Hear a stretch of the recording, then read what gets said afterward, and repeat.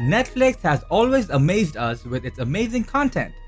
It has been following strict production criteria to ensure the videos shown on Netflix Original are of top grade and only top-notch cameras were allowed to use for the production.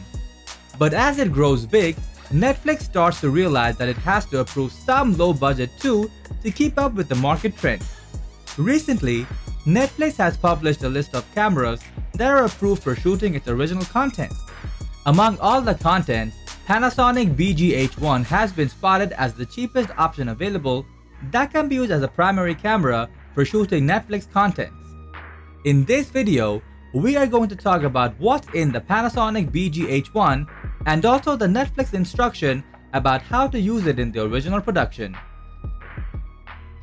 At Camera Zone, our mission is to provide the most reliable updates of photography and cinematography gear, including expert opinion based on their performance and value.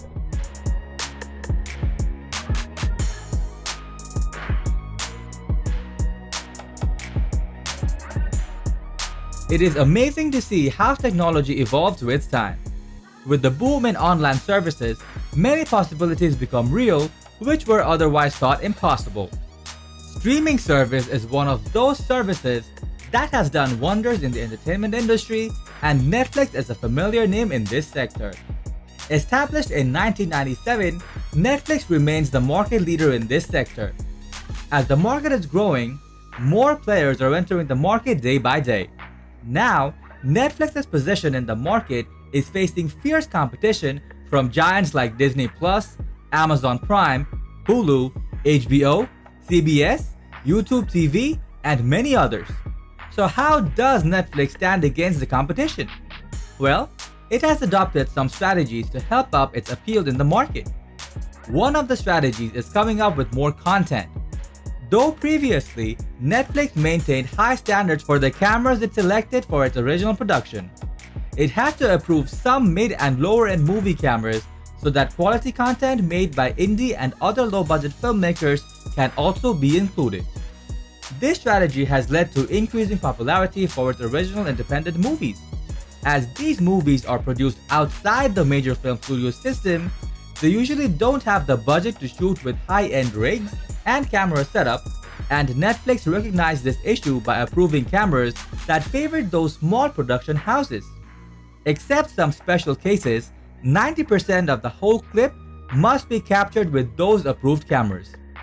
As we have understood Netflix's motto behind approving these low-budget camera models, now let's jump into the features of Netflix approved cheapest movie camera, the Panasonic BGH1. Characterized by an exceedingly compact design and exceptional video capturing capabilities, the Panasonic Lumix BGH1 Cinema 4K box camera is a modular, box-style digital cinema camera that weighs only 500 grams, making it ideal for drones and gimbals as well as vlogging, live streaming, and cinema production. From the very first glance, you will notice that the Panasonic BGH1 contains a ton of inputs and outputs all around its body. It comes with a power hot shoe on it to attach an XLR1 audio adapter. Besides, it has 11 quarter, 20 female mounts on all the sides of its body so that you can attach additional accessories with it. The camera also features a very minimalistic control layout, including a directional controller with a dial on it and some custom buttons around the lens mount and on top of the body. Besides, this compact camera doesn't come with a viewfinder or LCD screen, so you need to attach it to a monitor, or you can also use its inbuilt full-size HDMI and DSI output to attach a computer to get the view. As there's only a limited amount of control features on the camera body, it is best to connect it to your computer to get the best out of it. You can connect it through Ethernet or USB-C. The software is easy to use and has a regular Lumix camera interface. Its audio features include high-grade 48 kHz 24-bit LPCM format, an integrated stereo microphone, a 3.5mm mic input, and a 3.5mm headphone output. It features a 10.2 micro 4/3 MOS sensor that is capable of recording 4K videos at 60 FPS. In addition to that, it also offers various ways of recording videos to high data rate files in the all-intra, long GOP, MOV, and MP4 recording formats with H.264 and H.265 by HEVC codecs. The camera also gives you the freedom of unlimited recording time using 10-bit 422. Moreover, this sensor comes with a very fast readout and its dynamic range is quite nice. It offers 13 stops of dynamic range with log L to handle extreme changes in light. Its dual native ISO allows for lesser grain in higher ISO and helps filmmakers who don't have enough budget for setting up an expensive lighting system. It also offers HLG color, which enables you to take vibrant images to facilitate more precise color grading. Netflix recommends shooting in MOV format in DCI 4K or UHD 4K resolution with BGH1 camera. You also need to set the color to 10-bit 422 while using Vlog-L. Besides, the compression to be used is all intra at 400 megabits per second. BGH1 also lets you shoot anamorphic footage to give your videos a more filmy look.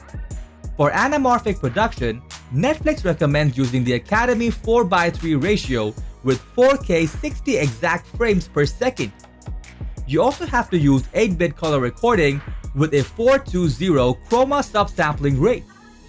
Besides, there are two more approved settings for recording anamorphic recording, which includes recording 4K at either 30 FPS or 24 FPS, and both the settings require 422 chroma subsampling with 10-bit color. The BGH1 is also an ideal camera for multi-camera environments, which is why it is well suited for producing Netflix content. Not only because it's highly mobile, but it also includes timecode and Genlock BNC ports, which are usually not available in other cinema cameras within the same price range. Both the timecode and Genlock are heavily used when you are using multiple camera and audio sources and help you to sync those multiple audio and video files in the post-production. Though this camera has Netflix's approval for its impressive features, there are some downsides too. Firstly, the custom buttons around the camera body are not very tactile, and you might press those buttons accidentally without even knowing. Then there is another issue with its hot shoe too. If you attach a little larger device on the hot shoe, it will block the control dialer. The second issue is related to its autofocus. Unlike most of the cameras around the same price range, the BGH1 incorporates autofocus and it does an okay job, but if you are moving with your camera, you might experience that it loses its focus every once in a while. And if your subject is not moving, it still gives you a background wobbling effect. On third, there is also an issue with its waveform and vector scopes. You will get waveform or vector scopes if you attach a monitor to it. However, if you connect it to a computer through HDMI or SDI and use Lumix Tether software, you are not getting those features. So overall, the Panasonic BGH1 is a feature-packed box camera with an affordable price tag. With the Netflix approval, it has become a great camera for indie filmmakers and other small houses with budget constraints.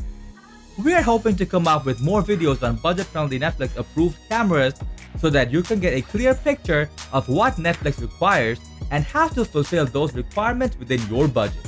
So until then, keep shooting and stay creative. Thanks for watching. We always crave to learn more.